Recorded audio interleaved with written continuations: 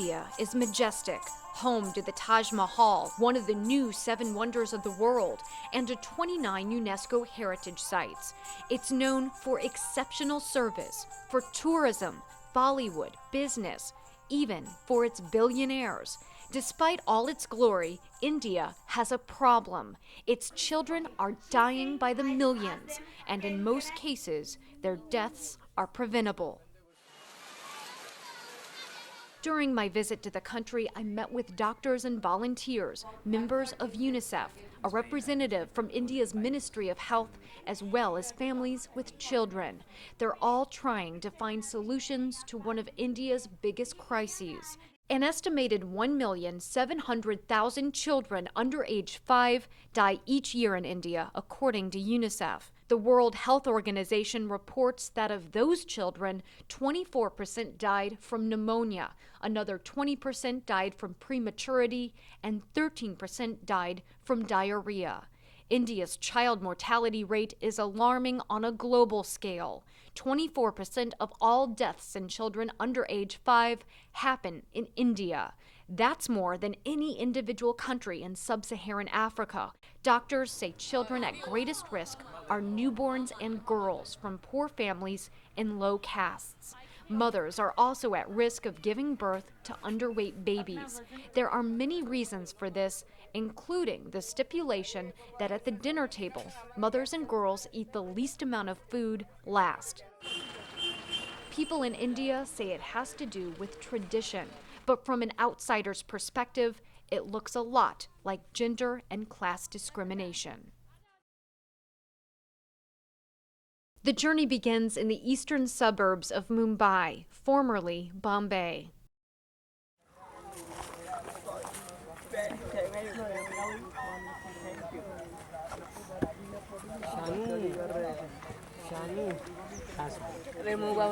Out of India's 1.2 billion people, the government estimates that 96 million of them live in slums. The DNR dumping ground is the first of 4 slums I visited. It's the largest landfill in Mumbai. There are 50,000 people living here in shanties they built on top of the trash.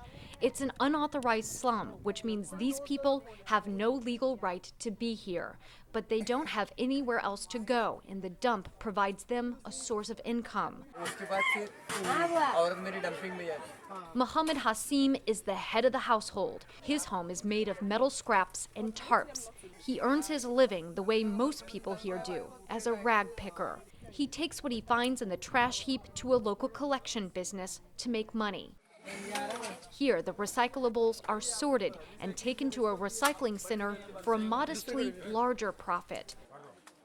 Living here isn't easy. Diseases and infections are common, especially among children. See, it is very difficult to reduce to do the sustainability of this community, because you can see the environment, we cannot change this. Dr. Ravindra Rathod of the Niramaya Health Foundation says people here don't have the money or resources to travel to a doctor's office, so doctors are instead coming to them to provide treatment for some of the most common illnesses. Diarrhea, dysentery, skin infection like the fungal infection, and other this scabies. The non-governmental organization operates a rag picker health clinic inside the slum, as well as this mobile health van. And they're spending a lot of time and effort educating a small group of young women on health issues, including HIV, AIDS, sexually transmitted diseases, and maternal health. This group, including the 16-year-old girl, then shared their knowledge with their peers. So she's saying that, look, you can't tell exactly the impact, but for example, they used to store water for months at a time, and that of course malaria breeding ground. So now they go every other day or every 3-4 days and fill the water, because they've learned from her. And she's like, it's only through talking and having that conversation over and over that you're going to have any change. The organization also gives iron and deworming tablets to kids in after-school and daycare programs, and conduct nutrition and cooking classes for their mothers. According to its annual report, 52% of these child patients were malnourished. After providing 3 treatments, the number of malnourished children plummeted to just 15%. Even though doctors at Niramaya treat thousands of people, it's only a small percentage of the slum's total population. People in slums come and go, and at any moment the government could move them out. It's very difficult for any organization to make a long-lasting impact. It's a similar story at a slum in Bhiwandi, a city located 12 miles north of Mumbai.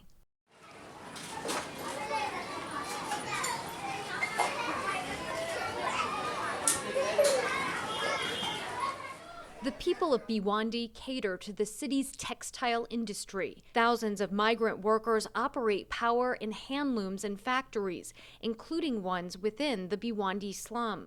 The main medical issue here is tuberculosis.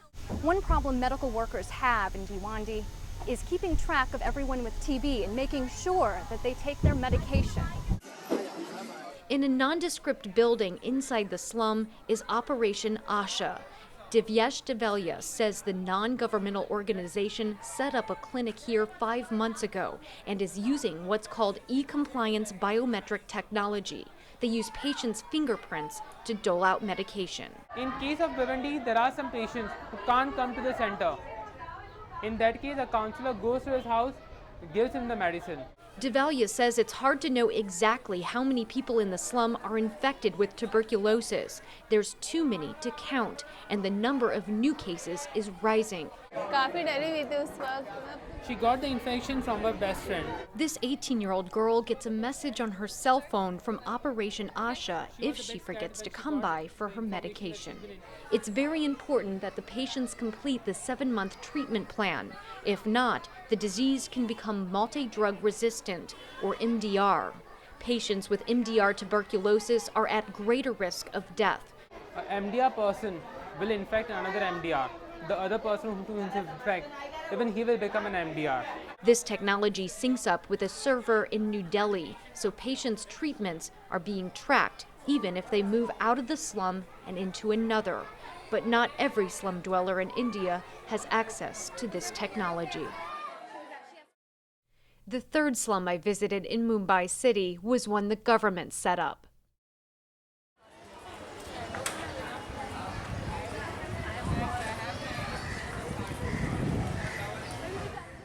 There are more than 30,000 people that live in this legal slum.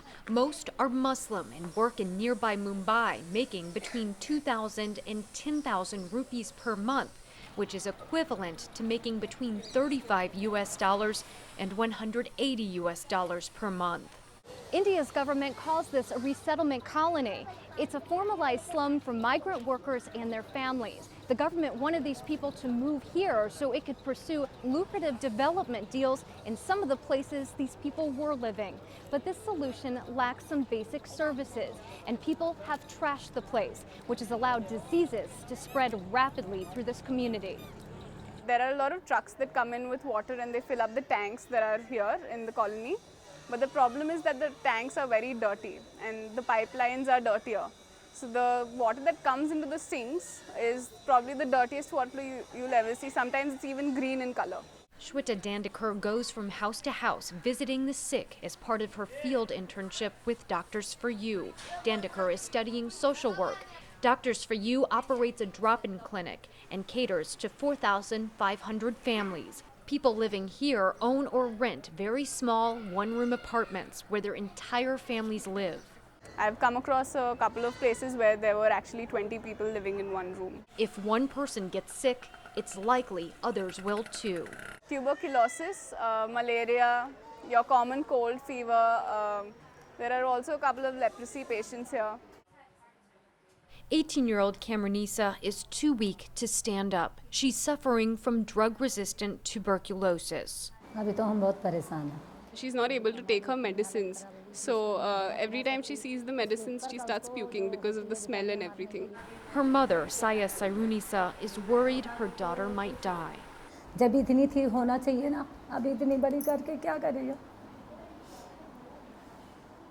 It's very much possible that she might die, and obviously I live in fear because It's my daughter after all, and I've seen her growing up. वो तो खुदा की मर्जी है, जो होएगा वो देखा जाएगा. And she's saying that, she's not that older person, that her time has not come yet, but then I'm ready for whatever happens. She blames her daughter's poor health on the conditions in the government colony and says her entire family would have been better off living in an illegal slum elsewhere, but their old home was destroyed. In this colony, disease runs rampant. Dandekar says there is a simple solution to reduce the number of infections. First and foremost, something has to be done about the garbage here. Half of your diseases would go away if you just clean up this area. And also, we need to instill civic sense into people. Not to spit outside their homes, not to throw water outside their homes. They keep their houses clean, but then they dump everything in the corridors or in the lanes. In the corners of the apartment buildings are red stains. It's where men spit pan. It's like chewing tobacco. Dandekar says the spit corners also spread disease. क्योंकि शायद मैं ऐसी हूँ. Dinky lives here with 14 family members. She recently gave birth, but had previously miscarried. She doesn't exactly know why. Dandekar says infant mortality here is extremely high, and many babies die before they're even born. The women don't know how to take care of themselves because being the women of the family, they're supposed to serve others first. So they might not get water, they might not get food to eat, and in the process, they also silently kill their child. All over India, there's a preference of boys over girls. You'll find it across all religions, all cultures in India. It's just that they think that the boys are more fit to go and work later on in their life, right? They don't think that, they have this whole thing about girls that they're any which way just going to get married off and they're going to be housewives and they have to take care of their children. So they don't put that much effort into them. They put effort into people who might be able to earn later on in life. It's illegal in India for parents to learn the gender of a child before it's born. But then there are, of course, illegal means of doing it. So if they find out if it's a girl, then they try to abort it right away. For women, survival is a lifelong battle. Even as a health worker, Dandekar says she often feels unsafe around men in this community. She gets catcalls, especially because she's an unmarried woman. The slum can feel overwhelming, especially for people that live here. The Doctors for You clinic is one of the few places even women can go to get medical help.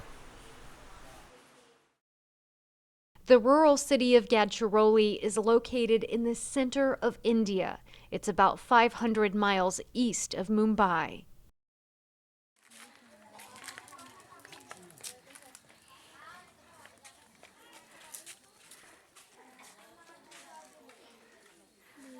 The majority of people in India live in rural areas, nearly 70% according to government estimates. The rural district of Gadchiroli is home to more than 1 million people. Villages and tribal communities are spread far and wide, so doctors and health workers have to come to them. Search has done just that. The non-governmental organization operates a large medical campus in the area that's easily accessible to many of the people living in surrounding villages. We are getting doctors who are, doing voluntary service, so the cost will be maybe 1/10 of what will be in a government hospital. They're responsible for the care of more than 100,000 people. If the patient cannot, afford, then we try to reduce the rate or we try to keep it completely free. Venkatesh Avar says many reputable health organizations charge money, even if it's just a few rupees, because there's a perception in India that free health care is no good. It should not be like charity work, it should be quality work. So that is the focus here. Avar says the majority of the population in this area is Hindu, and they rely on traditional healers or believe if their child gets sick, it was meant to be. Search named its hospital after one of the Hindu gods and has built this temple so Hindus feel comfortable coming here for treatment. So generally, the major problems are like pneumonia, sepsis, and then low birth weight and asphyxia. According to the World Health Organization, 900,000 newborns die each year in India. It accounts for nearly 28% of all newborn deaths worldwide. The founders of Search, Drs. Abhay and Rani Bang, are credited with reducing infant mortality rates in this area by 50%, thanks to a home-based newborn and child care initiative. Dr. Bang says this successful program is being implemented nationwide through India's Asha program. Asha is a Hindu word for hope. Vandana Pandalwar has held this title for 19 years. She is one of 800,000 trained Ashas in India. As an Asha, she is responsible for providing health education to expectant mothers, including refraining from heavy lifting and resting. She also teaches them what to do after birth. For example, she explains why it's important for babies to be wrapped and kept warm. Pandalwar will also be there to aid in home births. She says several times a year a baby is born not breathing. She uses this breathing apparatus to save these babies' lives. Pandalwar travels across her village to meet with 24-year-old Elka Moray. She just gave birth to this little girl 14 days ago. Pandalwar weighs the child to make sure she is healthy. Although she's on the smaller side, this child's weight is considered normal. Unlike her older sister Natasha, this child does not yet have a name, which is not uncommon in India. Sometimes, people don't name the children for up to a year or so because they are not sure that they will live. Unlike most developed countries, Avar says the death of a child in India isn't shocking. There is a lot of indifference or neutrality associated with that because they have seen children die very often. This 8-month-old boy is recovering from malaria. Doctors say his family first took him to a local tribal healer, but he only started to get well once he arrived at Search. In another room, the family of this 2-year-old boy take turns watching over him. Doctors say he's experiencing epileptic seizures, which may have been caused by brain damage due to having a low birth weight.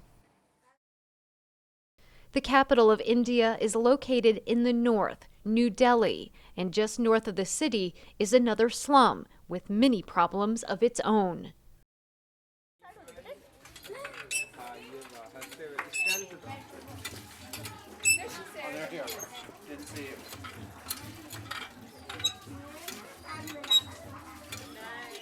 There are nearly 12,000 families living in this resettlement colony in New Delhi. It's a legal slum the government built so it could relocate families from slums in other areas. And the government is supposed to provide all the health, the educational, and the water and the sanitation facilities. But do they?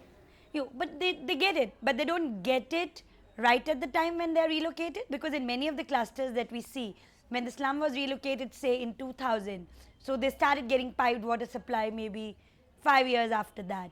And still the kind of water supply they get is not enough. Dr. Deepa Bajaj with Child Survival India says the lack of government infrastructure affects the health and quality of life for these people. These kids and the women, they're spending so much of time when they're standing in queue to store their water, and they're not able to maybe at times go to school or do other things which they would have utilized their time in. She says that's why it's so important for non-governmental organizations like hers to operate in these areas, bringing health care to the masses with this mobile health van. This mobile van visits 10 communities, both in government resettlement areas and in illegal shanties. The goal is to visit 2 communities per day and to serve at least 120 people. They often serve many, many more. In addition to providing medication, doctors focus on maternal health. 26-year-old Meena Singh is in her 9th month of pregnancy. This is her 6th pregnancy.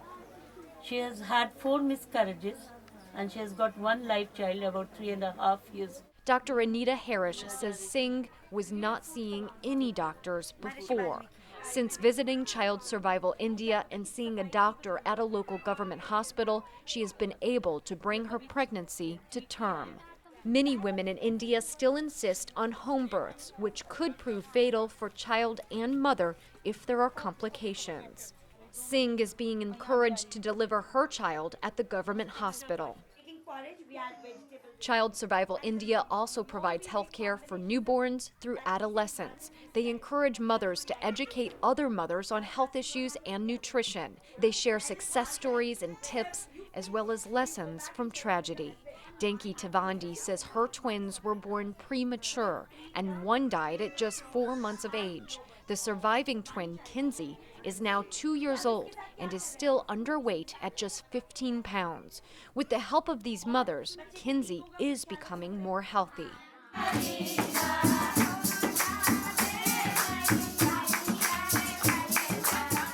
This celebration is similar to a baby shower in honor of these two expectant mothers. Child Survival India has inserted itself into these types of traditional gatherings and uses them as opportunities to increase awareness about healthcare and nutrition. In addition to receiving saris as gifts, expectant mothers will be given food to help with their nutrition. According to Child Survival India, 75% of all maternal and newborn deaths could be prevented with simple health interventions. Everybody is taking the vaccine. Everybody knows that. After stepping through slums, speaking with the poor, and seeing how health organizations are overwhelmed, I sat down with officials from UNICEF and India's Ministry of Health to ask what they are doing to reduce the number of child deaths. Dr. A.J. Kira with India's Ministry of Health says the government is pushing to reduce the number of child deaths by focusing on immunizations, nutrition, and neonatal health. He gave this example. There is a program of micronutrient deficiency management where we provide iron and folic acid tablet to all the children at least 100 days in a year. Those at UNICEF praised India's ASHA program for helping spread valuable health information, but say these women need to be even more empowered. Now, the capacity of these ASHAs need to be enhanced, not only in the program knowledge and information, not only to deliver the messages about what is good for the child, but also how to deliver those messages that they work. People in India have been used to doing things a certain way for centuries, which means India has to overcome the battle of tradition to teach its citizens new habits, like hand washing. The lack of toilets is also a problem, as open defecation spreads disease. Treating women and girls as second-class citizens often results in even more child deaths. There are proven, successful solutions to this crisis. Health organizations, as well as India's government, know how to save lives, but there are obstacles. And until India can educate all its citizens on nutrition, hygiene, and gender equality, its children will continue to die.